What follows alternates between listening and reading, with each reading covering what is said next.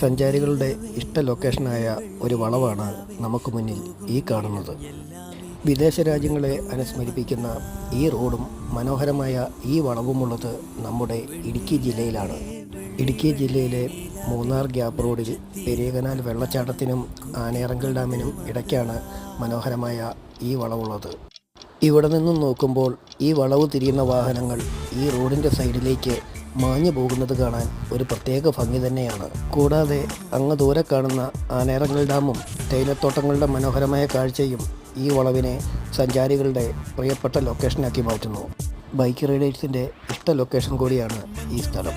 അപ്പോൾ നമുക്ക് ഇവിടുത്തെ കാഴ്ചകളൊന്ന് കണ്ടു നോക്കാം.